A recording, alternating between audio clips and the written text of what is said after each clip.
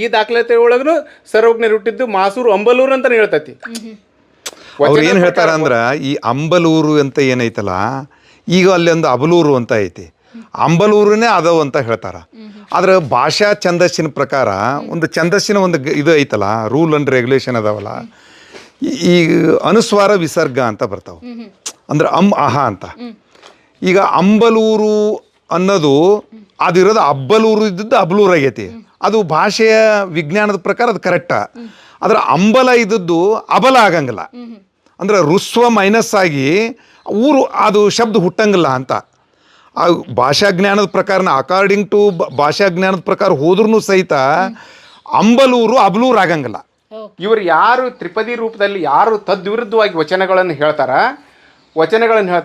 ಆಗ ಇವ್ರಿಗೆ ಮರಣ ಆಗ್ತೈತಿ ಅಂತ ಒಂದು ವಚನ. ಒಂದಿಷ್ಟು ನಕಲಿ ಸಾಹಿತಿಗಳು ಈ ದಾಖಲೆಗಳು ನಕಲಿ ಸಾಹಿತಿಗಳು ಸರ್ವಜ್ಞರು ಹುಟ್ಟಿದ್ದು ಈ ದಾಖಲೆಗಳನ್ನ ಅಲ್ಲಗಳದು ಸರ್ವಜ್ಞರು ಹುಟ್ಟಿದ್ದು ಬೇರೆ ಸ್ಥಳ ಅಂತ ಹೇಳ್ತಾರೆ.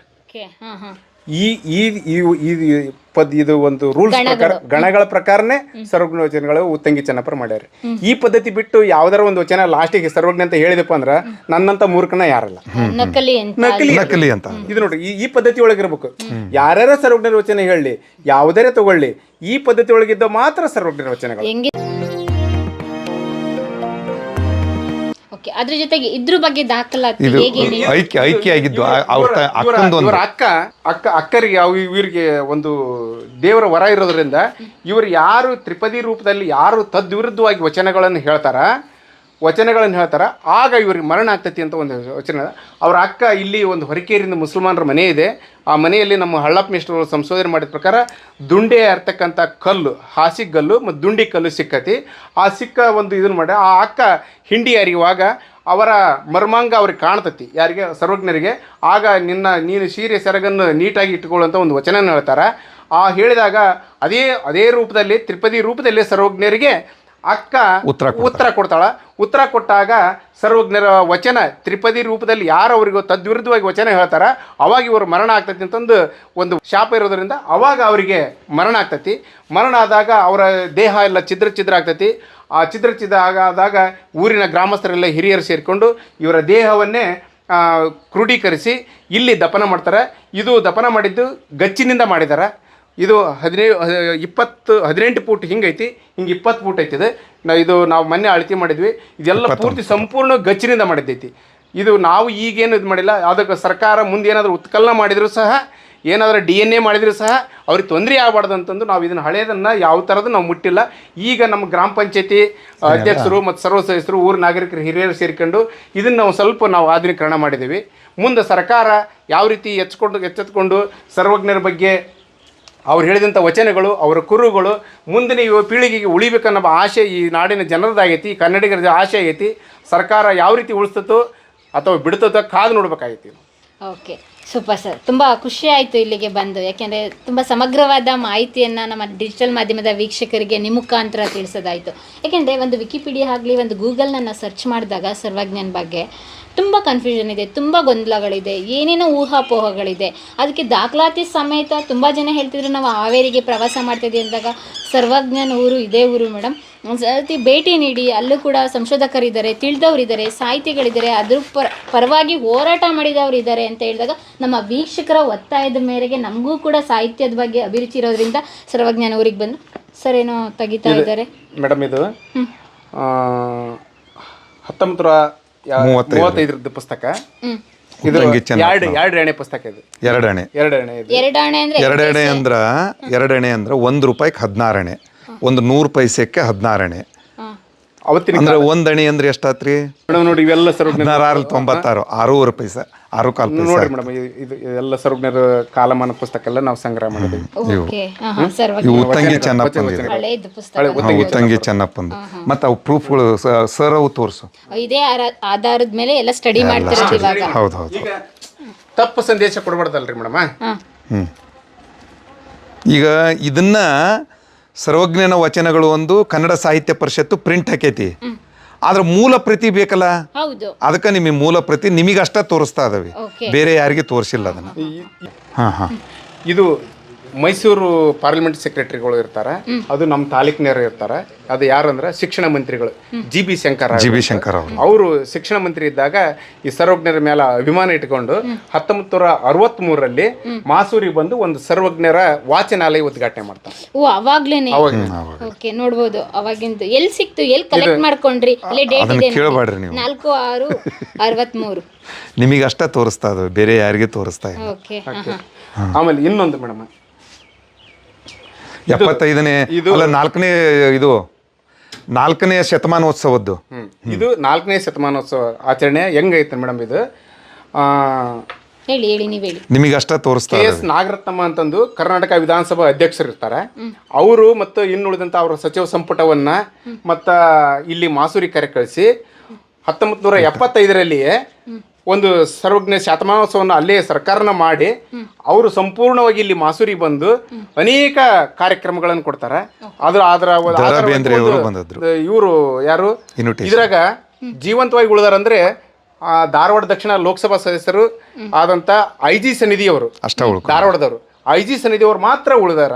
ಅವರು ಮೊನ್ನೆ ಅವ್ರನ್ನ ಲಾಸ್ಟ್ ಇಯರ್ ಇಲ್ಲಿ ನಮ್ಮ ಮಾಸೂರಿ ಕರೆಸಿ ಅವರಿಗೆ ಗೌರವಿಸಿ ಅವರ ಹಳೆ ನೆನಪುಗಳನ್ನು ನಾವು ನೆನಪು ಮಾಡ್ಕೊಂಡ್ವಿ. ಅವರು ಅದ್ಭುತವಾಗಿ ಹೇಳಿದ್ರಂತ ಕೆ ಎಸ್ ನಾಗರತ್ನಮ್ಮನವರು ಇಡೀ ಮಾಸೂರಿಗೆ ತಳಿರು ತೋರಣ ಕಟ್ಟಿದ್ರಂತ. ಏನು ಈ ಭಾಗದ್ದೆಲ್ಲ ಪರಿಸರನೆಲ್ಲ ಹಾಳು ಮಾಡಿಬಿಟ್ಟದಲ್ಲ, ನಾನು ಬರ್ತೀನಿ ಅಂತಂದು ಈ ಸಲ ಮಾವಿನ ಫಲ ಸಿಗೋದೇ ಇಲ್ಲ ಹಂಗಾರ ಅಂತ. ಇಲ್ರಿ ಮೇಡಮ್, ಇಲ್ಲಿ ಫಲ ಸಿಗ್ಲಿದ್ರೆ ನಿಮ್ಗೆ ಬೇರೆ ರೂಪದಾಗ ನಿಮ್ಗೆ ಫಲ ಕೊಡ್ತಾವೆ ನಾವು, ನಿಮ್ಗೆ ಹಣ್ಣು ಹಂಪ್ಲೆ ಎಲ್ಲ ಕಟ್ ಕಳಿಸ್ತೀವಿ, ಮದಗದ ಬೆಸ್ಟ್ ಭಾಳ ಹಣ್ಣು ಮಾನಣ್ಣ ಅದಾವು ನಿಮ್ಗೆ ಕೊಡ್ತೇವೆ ಅಂತ ಹೇಳಿದ್ರು. ಇಂಥವು ನಾವು ಅನೇಕ ದಾಖಲೆಗಳು ಅದಾವೆ ಮೇಡಮ್. ಇನ್ನಂತವ ಇದು ಗೋರು ಚನ್ನಬಸಪ್ಪನವರು ಗೊತ್ತಲ್ಲ? ಗೊರೂರು ಗೋರು ಚನ್ನಬಸಪ್ಪ ವಚನ ಸಾಹಿತ್ಯ ವಚನ ಮಂತ್ರ ಮಾಂಗಲ್ಯ. ಅವರು ನಾವು ಸಂಗ್ರಹ ಮಾಡಿದಂಥ ಅಶೋಕ್ ದೊಂಬ್ಲೂರ್ ಸರ್ ಅವರು ಸಂಗ್ರಹ ಮಾಡಿದಂಥ ಅನೇಕ ಬ್ರಿಟಿಷ್ ದಾಖಲೆಗಳು. ಇದು 1868ರಾಗ ಸರ್ವಜ್ಞರು ಹುಟ್ಟಿದ್ದು ಧಾರವಾಡ ಜಿಲ್ಲೆಯ ಹಿರೇಕೆರೆ ತಾಲೂಕಿನ ಮಾಸೂರು ಅಂಬಲೂರು ಅಂತಾನೆ ಹೇಳ್ತತಿ. ಇದು ಓಕೆ. ಓ, ಇದು ಬ್ರಿಟಿಷ್ ದಾಖಲೆ.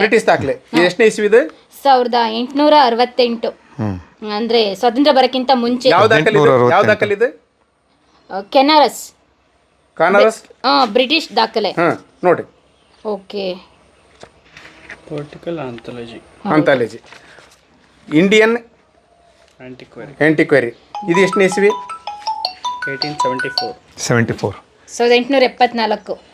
ಉತ್ತಂಗಿ ಚೆನ್ನಪ್ಪನವರು ಇದ್ದ ಕಾಲಕ್ಕೆ ಇದು ಬಹಳ ಸೀರಿಯಸ್ ರಿಸರ್ಚ್. ಓಕೆ. ಇಲ್ಲಿ ಕಾವ್ಯನಾಮ ನಾವು ಹೇಳಿದ್ವಲ್ಲ, 4 ಗಣಗಳು 5 ಮಾತ್ರೆ ಕಾವ್ಯನಾಮ. ಇದ್ರಾಗೂ ಸಹ ಸರ್ವಜ್ಞರು ಹುಟ್ಟಿದ ಮಾಸೂರು ಅಂತ ಹೇಳ್ತಾರೆ. ಅದು ಎಷ್ಟನೇ ಇಸ್ವಿ ಹೇಳ್ರಿ ಮೇಡಮ್ ವೀಕ್ಷಕರಿಗೆ? 1874. ಇದು ಐತಿ. ಆಮೇಲೆ ಇದು ಎಷ್ಟನೇ? ಇದ್ರಾಗ ಒಂದು ವಚನ ಐತಿ ನೋಡ್ರಿ, 1874. 1874. ನಾವು ಹೇಳಿದ್ದಲ್ಲ, ದಾಖಲೆಗಳು ಹೇಳ್ತಾವು. 1875ರಾಗ. ಇದು ಎಷ್ಟ್ರಿ ಮೇಡಮ್? 1875. ಇದು ಯಾವ್ದಿದು? ಕನ್ನಡ ಛಂದಸ್. ಈ ಛಂದಸ್ ಪ್ರಕಾರನೇ ಸರ್ವಜ್ಞರ ವಚನಗಳು ಇರೋದು. ಕಿಟಲ್ ಅವ್ರು ಮಾಡಿದ್ದು. ಕಿಟಲ್ ಸಹ ಸರ್ವಜ್ಞರು ಹುಟ್ಟಿದ್ದು ಮಾಸೂರು ಅಂಬಲೂರು ಅಂತಾನೆ ಹೇಳ್ತಾರೆ. ಇದು ತಾಳೆ ಓಲೆ. ಇದು ಎಷ್ಟನೇ ಇಸ್ವಿ ಮೇಡಮ್? 1884. ಎಡ್ವರ್ಡ್ ಪಿ ರೈಸ್ ಅವ್ರು ಮಾಡಿದ್ದು. ಓಕೆ. ಕರ್ನಾಟಕ ಭಾಷಾಭೂಷಣ. ಓಕೆ. ಇದು ಎಷ್ಟನೇ ಇಸ್ವಿ ಮೇಡಮ್? 1890. ಯಾವ್ದಿದೆ? ಅದು ಕರ್ನಾಟಕ ಸದ್ಭೂಷಣಂ. ಶಬ್ದಭೂಷಣಂ. ಶಬ್ದಭೂಷಣಂ. ಓಕೆ. ಕರ್ನಾಟಕ ಕವಿಚರಿತೆ. ಇದು ಎಷ್ಟನೇ ಇಸ್ವಿ ಮೇಡಮ್? 1919. ಹಂಗಾರೆ ಒಳಗಿನ ನೋಡ್ರಿ, ಅಷ್ಟು ಪೇಜ್ ಹಾಕಾಗೋದ್ಲಿ ಇಲ್ಲಿ ನೋಡ್ರಿ ಹಂಗ. ಓ, ಓಕೆ. ಅಲ್ಲಿ ದಾಖಲಾತಿ ಧಾರವಾಡ ಜಿಲ್ಲೆಯ ಮಾಸೂರು ಎಂಬ ಗ್ರಾಮದಲ್ಲಿ ಬಸವರ್ಸನೆಂಬ ಆರಾಧ್ಯ ಬ್ರಾಹ್ಮಣನಿದ್ದನು. ಓಕೆ. ಅವ್ರು ಮುಟ್ಟಿ ಕೆಳಗೆ ಸ್ವಲ್ಪ ಹೋದ್ರಿ. ಅವನ ಹೆಂಡತಿ ಮಲ್ಲಮ್ಮ ಈಕೆಗೆ ಮಕ್ಕಳಿಲ್ಲದೆ ಇದ್ದುದರಿಂದ ತನ್ನ ಕೊರತೆಯನ್ನು ಗಂಡನೊಡನೆ ಹೇಳಿಕೊಳ್ಳಲು ಆತನು ಕಾಶಿಗೆ ಹೋಗಿ ಈಶ್ವರನಲ್ಲಿ ಗಂಡು ಮಗುವಾಗಬೇಕೆಂದು ಬೇಡಿಕೊಂಡನು. ಈಶ್ವರನಿಂದ ಪಡೆದ ಪ್ರಸಾದವನ್ನು ನುಂಗಿ ಮರಳಿ ತನ್ನೂರಿಗೆ ಬರುವ ದಾರಿಯಲ್ಲಿ ಅಂಬಲೂರೊಳಗೆ ಒಬ್ಬ ಕುಂಬಾರನ ಮನೆಯಲ್ಲಿ ಇಳಿದುಕೊಂಡನು. ಅಲ್ಲಿಂದ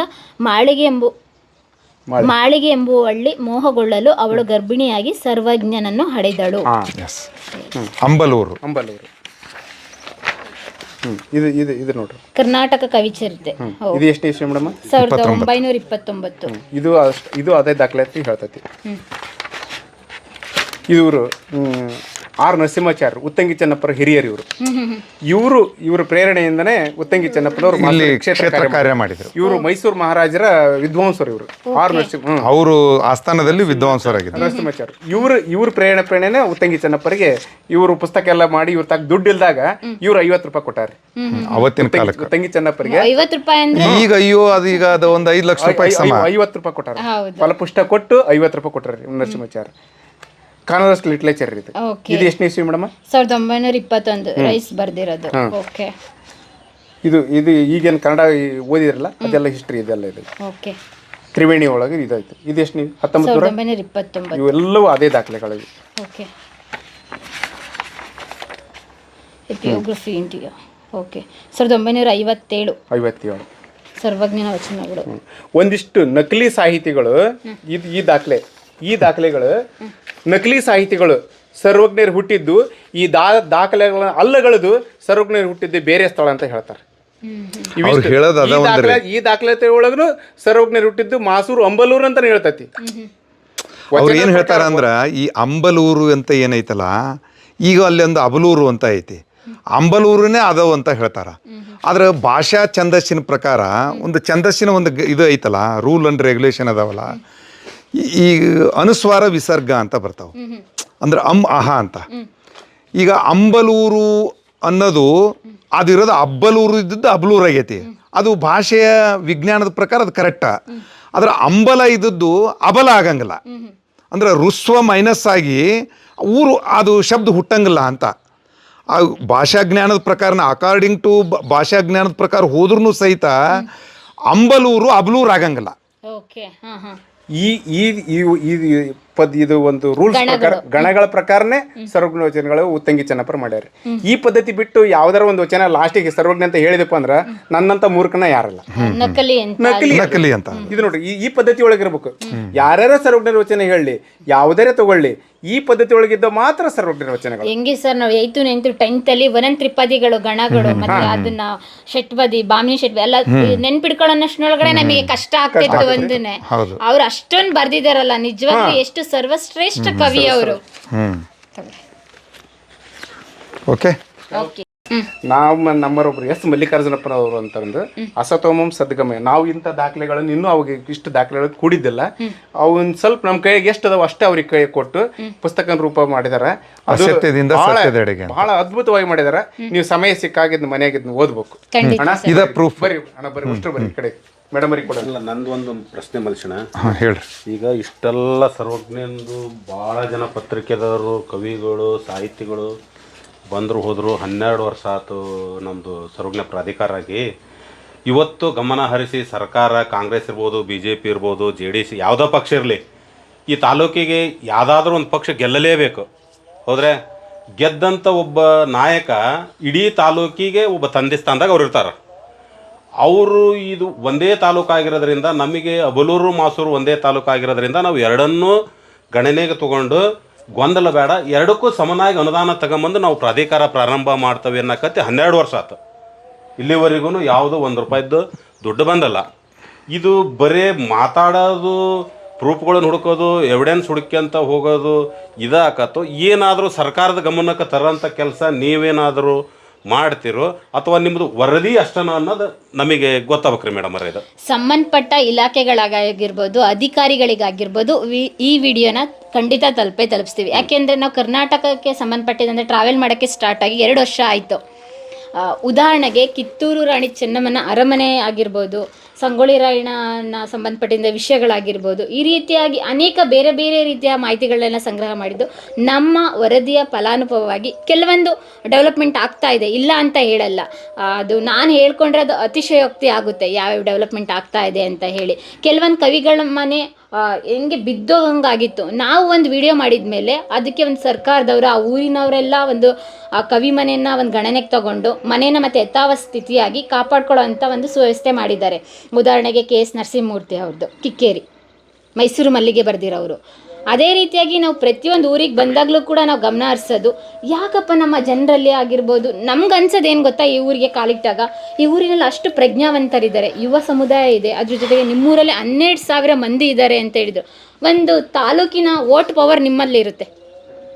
ನಿಮ್ಮಲ್ಲಿರುತ್ತೆ ಅಲ್ವಾ ಸರ್? ಒಂದು ತಾಲೂಕಿನಲ್ಲಿ ಒಂದು ಯಾವುದೋ ಒಂದು ಪಕ್ಷನ ಗೆಲ್ಲಿಸ್ಲಬೋದು, ಬೀಳಿಸ್ಲಬೋದು. ನಿಮ್ಮ ಊರಿನಲ್ಲಿ ಒಗ್ಗಟ್ಟಿದ್ರೆ, ಆ ಒಗ್ಗಟ್ಟಿನಿಂದ ಒಂದು ಮತ ಕೇಳಕ್ಕೆ ಬಂದಾಗ ಈ ರೀತಿ ಕುಂದುಕೊರತೆಗಳನ್ನ ಹೇಳಿ ಅವ್ರಿಗೆ ಸವಿರವಾಗಿ, ಬರೀ ಬಾಯಿ ಮಾತಲ್ಲ, ಮುಂಚೆ ಮಾಡಿಕೊಡಿ ಆಮೇಲೆ ಓಟ್ ಹಾಕ್ತೀವಿ ಅಂತ. ಯಾಕೆಂದರೆ ಮುಕ್ತವಾಗಿ ನಮ್ಮ ಚಾನಲ್ ಮುಖಾಂತರ ನಾನು ಕೇಳ್ತಾ ಇದ್ದೀನಿ, ಈ ವಿಡಿಯೋನ ಸಂಬಂಧಪಟ್ಟ ಇಲಾಖೆಗಳಿಗಾಗಿರ್ಬೋದು, ಅಧಿಕಾರಿಗಳಿಗೆ ತಲುಪಿಸೋವಂಥ ಪ್ರಯತ್ನನ ನಾವು ಖಂಡಿತ ಮಾಡ್ತೀವಿ ಸರ್.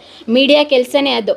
ಯಾಕೆಂದರೆ ಜನರು ಮತ್ತು ಸರ್ಕಾರದ ನಡುವೆ ಸಂಪರ್ಕ ಕೊಂಡಿಯಾಗಿ ಮಾಡೋದೇ ಪತ್ರಿಕೋದ್ಯಮ. ಇವನ್ ನಾವೇ ನಿಂತ್ಕೊಂಡು ಮಾಡ್ತೀವಿ ಅಂತ ಹೇಳೋಕ್ಕಾಗಲ್ಲ. ನಾವು ಮಾಡೋಂಥ ಜವಾಬ್ದಾರಿಯುತ ಕೆಲಸವನ್ನು ಪ್ರಾಮಾಣಿಕವಾಗಿ ನಿಷ್ಠೆಯಿಂದ ನಾವು ಮಾಡ್ತಾಯಿದ್ದೀವಿ ನಮ್ಮ ಡಿಜಿಟಲ್ ಮಾಧ್ಯಮದಲ್ಲಿ. ಅದು ಅಪ್ ಟು ಇವ್ರಿಗೆ ಬಿಟ್ಟಿದ್ದು, ಅಧಿಕಾರಿಗಳ ನಿರ್ಲಕ್ಷ್ಯತನಕ್ಕೋ ಅಥವಾ ಅವ್ರ ಪ್ರಾಮಾಣಿಕತನಕ್ಕೋ ಬಿಟ್ಟಿದ್ದು. ಇದು ನೀವಿಷ್ಟು ಕಾಪಾಡ್ಕೊ ಬಂದಿದ್ದೀರಲ್ಲ, ಅದು ನಿಮ್ಮ ದೊಡ್ಡತನ ಅಂತ ಹೇಳಬೇಕು. ನಿಮ್ಮ ಊರಿನವರೆಲ್ಲ ಸೇರಿಕೊಂಡು ಇಲ್ಲಿ ಸಂಬಂಧಪಟ್ಟ ಯಾರು ಇಲ್ಲಿ ಬರ್ತಾರೆ, ಅವ್ರ ಸಚಿವರೋ ಅಥವಾ ಮಂತ್ರಿಗಳೋ ಯಾರ ಮನೆಗೆ ಹೋಗಿ ಕೇಳ್ಕೊಬೇಕೋ ಅದು ನಿಮ್ಮ ಊರಿನವರೇ ಸ್ವತಃ ಮಾಡಬೇಕು ಸರ್. ಒಂದು ಊರಿನ ಇತಿಹಾಸ ಉಳಿಬೇಕಂದ್ರೆ ಆ ಊರಿನವರ ಕೈಯಲ್ಲಿದೆ ಸರ್, ಆ ಸಮುದಾಯದವರ ಕೈಯಲ್ಲಿದೆ, ಆ ಊರಿನ ಯುವಕರ ಕೈಯಲ್ಲಿದೆ. ಪ್ರಿಯ ವೀಕ್ಷಕರೇ, ನಾವು ತೋರಿಸುತ್ತಿರುವ ಇತಿಹಾಸದ ಕಥೆಗಳು ಕನ್ನಡದ ಕಲೆ, ಸಾಹಿತ್ಯ, ಸಂಸ್ಕೃತಿ, ಜನಜೀವನ, ಇತಿಹಾಸ ಸೃಷ್ಟಿಸಿದ ಜನಸಾಮಾನ್ಯರ ಅಸಾಮಾನ್ಯ ಕಥೆಗಳು ನಿಮಗೆ ಇಷ್ಟ ಆಗಿದ್ಯಾ? ಹಾಗಿದ್ರೆ ವಿಡಿಯೋ ನೋಡಿ ಸುಮ್ಮನಾಗ್ಬೇಡಿ, ಶೇರ್ ಮಾಡಿ, ಸಪೋರ್ಟ್ ಮಾಡಿ, ನಮ್ಮೊಂದಿಗೆ ಜೊತೆಯಾಗಿ. ಇದು ನೀವೇ ಬೆಳೆಸಿದ ನಿಮ್ಮ ನೆಚ್ಚಿನ ಡಿಜಿಟಲ್ ಮಾಧ್ಯಮ. ಇನ್ಮುಂದೆ ನಿಮಗಾಗಿ ಇನ್ನಷ್ಟು ವಿನೂತನ ಶೈಲಿಯಲ್ಲಿ ಬರಲಿದೆ. ನೈತಿಕ ಬೆಂಬಲದ ಜೊತೆಗೆ ಆರ್ಥಿಕ ಬೆಂಬಲ ನೀಡಿ. ನಿಮ್ಮ ಬೆಂಬಲವೇ ನಮಗೆ ಪ್ರೇರಣೆ, ಸ್ಫೂರ್ತಿ ಕೂಡ. ನಿಮ್ಮ ಬೆಂಬಲದೊಂದಿಗೆ ನಮ್ಮ ಪಯಣ ಮುಂದುವರಿಯುತ್ತಿದೆ. ಸಾಮಾಜಿಕ ಬದಲಾವಣೆಗೆ ಜೊತೆಯಾಗಿ ನಮ್ಮ ಮುಂದಿನ ಪೀಳಿಗೆಗೆ ಕರ್ನಾಟಕದ ಇತಿಹಾಸ ಉಳಿಸೋಣ.